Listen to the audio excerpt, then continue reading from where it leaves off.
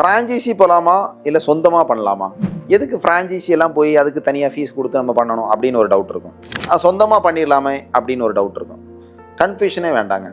உங்களோட சொந்த ஐடியா எனக்கு லேட் ஆனாலும் பரவாயில்ல, 10 வருஷம் 15 வருஷம் ஆனாலும் பரவாயில்ல, ஸ்லோவாக நடந்தால் போதும். ஆனால் அது என்னோட ஐடியாவாக இருக்கணும். நான் ஸ்க்ராட்சிலேருந்தே ஒன்று ஒன்றா பண்ணுவேன் அப்படின்னா சொந்தமாக போகிறது தான் பெஸ்ட் ஆப்ஷன்.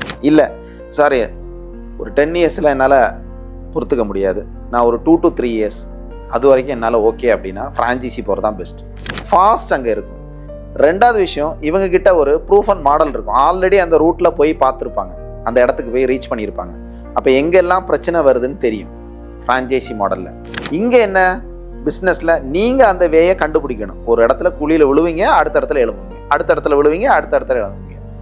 இது நீங்கள் இந்த ப்ராசஸை லைக் பண்ணுறதா இருந்தால் பெஸ்ட்டு பிஸ்னஸ் போகிறது.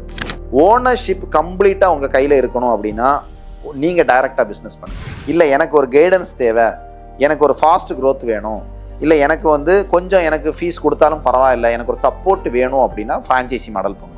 சிம்பிளாக சொல்ல போனால் இது ஒரு 3 to 4 இயர்ஸில் சக்ஸஸ் வரும். இங்கே ஒரு 10 இயர்ஸில் சக்ஸஸ் வரும். அவ்வளோதாங்க டிஃப்ரென்ஸ். ஸோ நீங்கள் இந்த ஒரு விஷயத்துக்கு தான் சூஸ் பண்ணணும். நீங்கள் ஃப்ரான்ச்சைஸியே எடுத்தால் கூட உங்களோட ஓன் டைப் ஆஃப் ஃப்ரான்ச்சைஸி எடுக்கிற மாடல் இருக்குது, உங்கள் ஓன் பேர்ல ஜிஎஸ்டி எடுக்கிற மாடல் இருக்குது. அதில் இன்வெஸ்ட் பண்ணுங்கள். நீங்கள் ஓனாக பண்ணுறேன்னு திங்க் பண்ணிக்கங்க, ஒரு சப்போர்ட் மட்டும் வாங்கிக்கிங்க ஃப்ரான்ச்சைஸிலேருந்து. ஸோ அவ்வளோதான். இதை ரிஸ்க் ஃபேக்டர்னு நீங்கள் எடுத்துக்கிட்டிங்கன்னா இதை எப்படி பண்ணுறதுன்னு தெரியல. பண்ணணும்னு முடிவு பண்ணிட்டா நம்ம எதை சூஸ் பண்ணணுங்கிறது உங்கள் கையில் தான் இருக்குது.